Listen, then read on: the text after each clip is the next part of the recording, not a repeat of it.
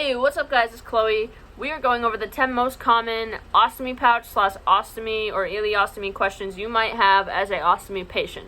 Number 1, when should I change my ostomy pouch? That is going to depend on your own personal preference. A lot of people do prefer to change the pouch in the morning after they wake up because that's the most common time that your stoma won't be outputting anything at all, and it will be the easiest time to change your bag because you won't have to worry about it outputting as you're trying to change it and rushing to try to clean up the mess as you're changing it.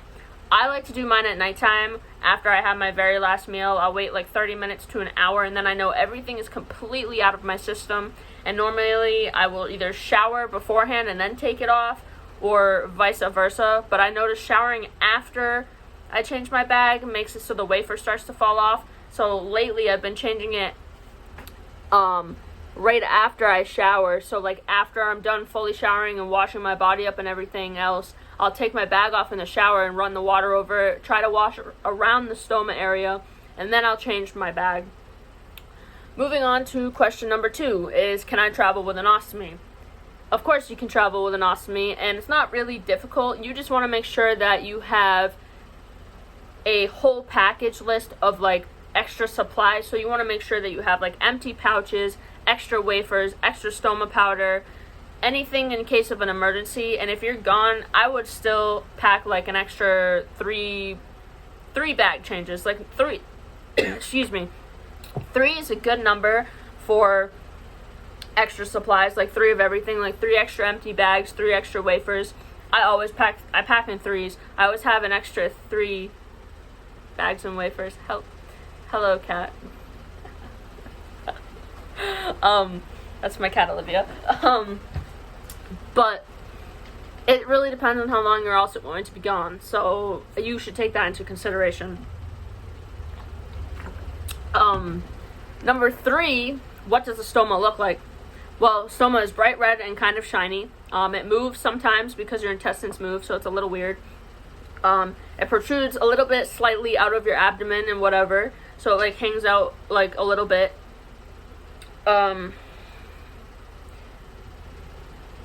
Urostomies are different. I don't have one of those, so I'm not really sure what the difference is. I think those tend to be a little bit smaller than ileostomies and colostomies, and there's several other factors to this as well, but you should always ask your surgeon what is the most like common colors and shape and stuff of your bag, of your stoma. That way you know what's healthy and what's not.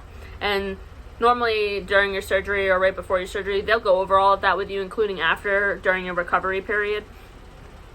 Number 4 is, how often do you empty your pouch? This also really depends on who you are as a person. Me, I don't like to have anything in my bag like at all. It really irritates me when stuff starts getting piled up in there. So a lot of people empty it like 6 to 10 times a day. It really depends on how much you eat as well. Every time I empty my bag, I fill it up with a little bit of water to clean it out, and then obviously you dump it down the toilet. And it really depends on who you are as a person, but it doesn't matter how many times you empty it a day. Whatever makes you more comfortable, you should do that. Number 5 is, how do you shower or swim with an ostomy? Well, you don't even really need any extra products to go swimming, but there are products on the market that a lot of people will use that you can put like extra tape around your wafer to help hold it on, an ostomy belt to help like hold it in place, things like that. Either way, you just have to be a little bit more like cautious when you're swimming and showering, but really it's not much different. You just make sure that you don't like yank it off or get too crazy, and you should be fine. Number 6, can you control when your ostomy output goes in the pouch? No, you cannot control that. Your ostomy is going to output whenever it feels the need to output, which normally after you eat, and sometimes a little while after you eat. It should be doing it on its own. You shouldn't know, like, it shouldn't be on a schedule really. Mine's never been on a schedule. It mostly just goes whenever it wants. Number 7, is it difficult to choose outfits with an ostomy? For me personally, I say yes to this question because certain shirts make my stomach look funny with my bag because it like puffs out a little bit and then it looks a little weird. But a lot of people still wear everything else that they still wore I just tend to buy a little bit bigger shirts because it makes me feel more comfortable in my own skin knowing that nobody else can see it. And it really shouldn't matter because it's not a big deal, but to me, I'm just a little insecure about it. It makes me a little uncomfortable sometimes, and I don't like to explain to people why I have a weird bulge on my stomach sometimes, because I often have a very, very bloated or swollen stomach, and it pushes out my stomach even more, so that side looks a little swollen. Number 8, what are you able to eat with your ostomy? Again, different for every person. A lot of the times they tell you not to eat like lettuce and things like that, and nuts and stuff like that, and popcorn and seeds, because that can cause blockages, which is very true, but it depends on who you are as a person. I can eat corn and I don't get blockages. Other people will eat corn and they get blockages. So it depends on who you are as a person, and you need to make sure that you pay attention to the things that you eat that do bother you, and don't eat those things, and eat the things that don't bother you. Doctors normally give you a very good sense of what you should eat after you have your surgery and things like that. And also you want to make sure that you chew your food a little more than a normal person, just to make sure that it's actually going to come through correctly. Other than that, you should have no problems. And number 9, can you have an intimate relationship or get pregnant with an ostomy bag? Okay, I'm not interested in getting pregnant, but yes, you can absolutely have intimate relationships with an ostomy. Telling somebody else about having an ostomy is a whole different story. It can be uncomfortable and a little bit, you might not know how to do it, but if that person is trusting and supports you and everything else, then there should be no awkward conversation about the fact that you have an ostomy pouch on your stomach or wherever. It shouldn't matter. It might be a hard conversation at first, and if you're not ready to have that conversation, then that's okay, and sometimes things take time. Lucky for me, I'm with somebody that knew me for years before I even had my ostomy, and I have my ostomy now.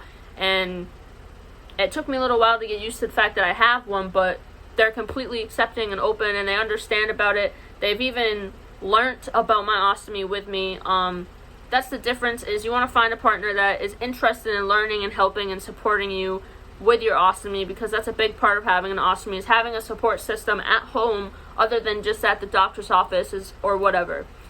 And as for getting pregnant, you can get pregnant. It doesn't change anything that has to do with that at all. But that's also a doctor question, not a me question. I'm not a doctor, but I do know that for most people, it does not change anything like that.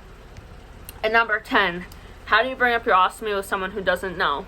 Okay, so like I just said, talking about your ostomy can be very intimidating at first, especially if you don't understand how to build awareness around the fact that you have an ostomy, it's hard to help other people understand something that they don't have on their own body, and they may not ever really fully understand.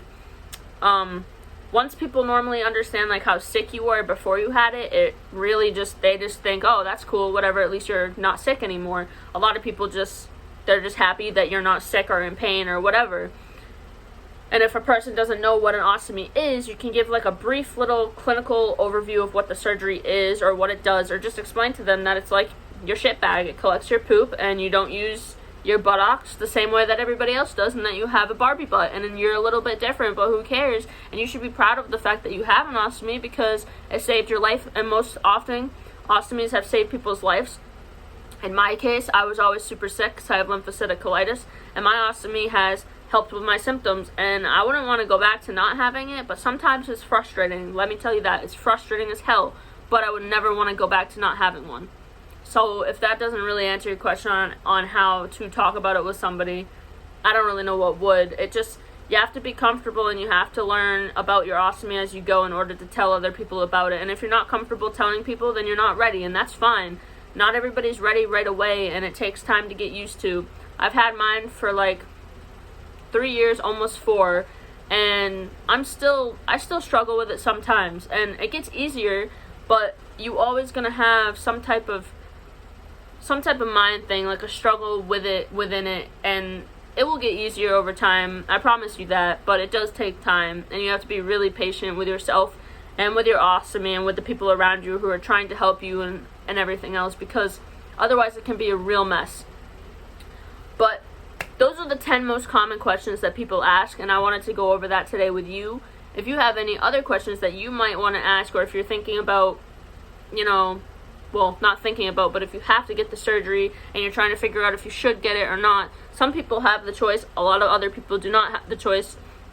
So if you don't have a choice, this video might be helpful for you to make you feel a little better about it. And if you do have the choice, maybe this will help you decide whether you should get it or not.